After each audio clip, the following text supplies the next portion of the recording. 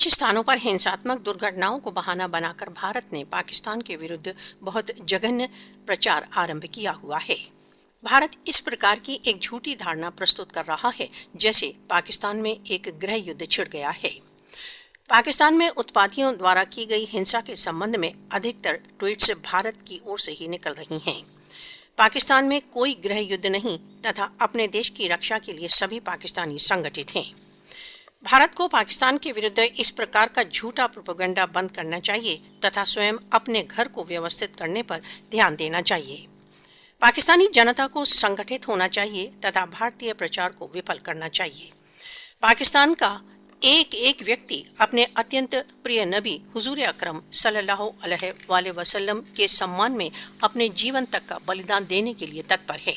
पाकिस्तान के विरुद्ध झूठे प्रचार द्वारा भारत पाकिस्तान के सार्वभौमिक स्तर को क्षति नहीं पहुंचा सकता।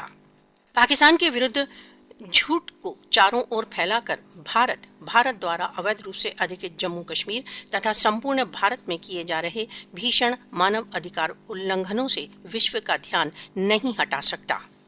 भारत द्वारा अवैध रूप से अधिकृत जम्मू कश्मीर में भारत द्वारा समर्थित आतंकवाद से ध्यान हटाने के लिए पाकिस्तान में होने वाली छोटी मोटी हिंसाओं को फोकस करने की भारत की सदा से आदत रही है।